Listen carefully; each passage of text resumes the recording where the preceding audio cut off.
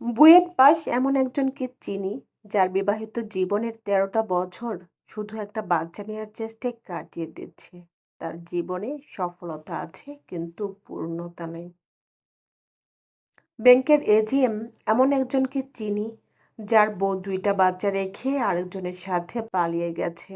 তার জীবনে সফলতা পূর্ণতা সবই ছিল, কিন্তু ভালোবাসাটা কপালে জুটেনি। এমবিএ পাশ করা একজনকে চিনি, পড়ালেখা শেষ করে ভালো কিছু করার জন্য চলে যান দেশের বাহিরে। তারপর বিবাহের প্রস্তাব দেন ১৪ বছরের ভালোবাসার মানুষটির পরিবারে। শুধুমাত্র ছেলে প্রবাসী বলে বিবাহ দেননি। ভালো চাকরি মানে কি সবকিছু? প্রেম করে পালিয়ে বিয়ে করা এক মেয়ের গল্পটা জানি। কি নিদারুণ অত্যাচার সহ্য করে একদিন গলায় বিষ ঢেলে দিল। ভালোবাসার জন্যে ঘর ছেড়েছিল, সফলতা আসেনি কখনো।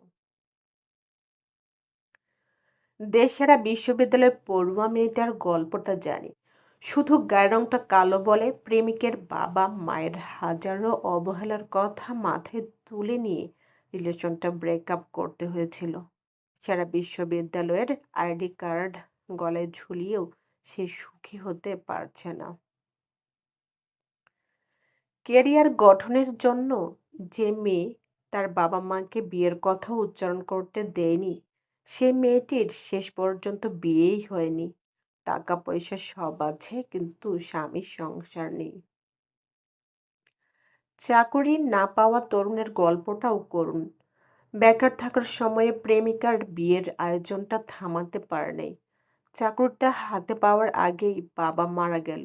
সফলতা মানেই সুখ, বাক্যটা তার কাছে সম্পূর্ণ মিথ্যা। পুলিশের একজন এসপিকে জানি, যিনি ভাগ্যের গ্যাড়াকলে পড়ে সন্তান হারিয়েছেন, স্ত্রীকে হারিয়েছেন, সংসার ও চাকুরি সব হারিয়ে এখন ক্ষমতাহীন নিঃস্ব জীবন যাপন করছেন। সফলতা তার জীবনে সুখ আনতে পারেনি। একজন প্রফেসরের সাথে আমার কথা হয়েছিল। তিনি বলেছিলেন বিবাহের ৪ বছর পর থেকে স্বামী অসুস্থ। আজ ১২ বছর হলো ২ সন্তান ও অসুস্থ স্বামী নিয়ে সংসার করছি। জীবনে কি পেলাম? সবই ছিল। ভালো চাকরি, ২ সন্তান, শুধু অর্থই জীবনের সবকিছু। একথা তার কাছে হাস্যকর।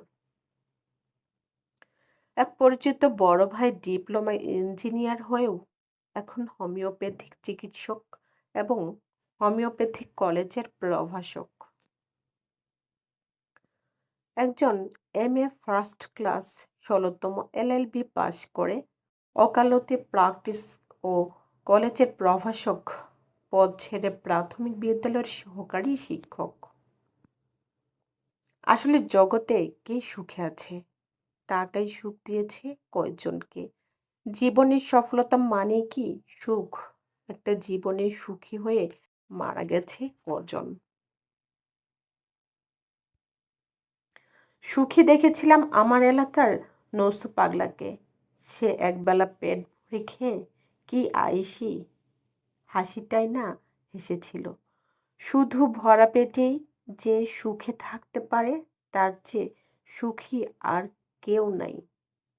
আমরা যারা মানুষ, তাদের মন ভরে সুখ কখনো আসে না। আমরা কখনো পরিপূর্ণভাবে সুখী হতে পারি না। বাস্তবতা বড় ফ্যাকাশে, স্বপ্নের মতো রঙিন হয় না। একটা সুখের জন্যে অনেক কিছুর দরকার নেই।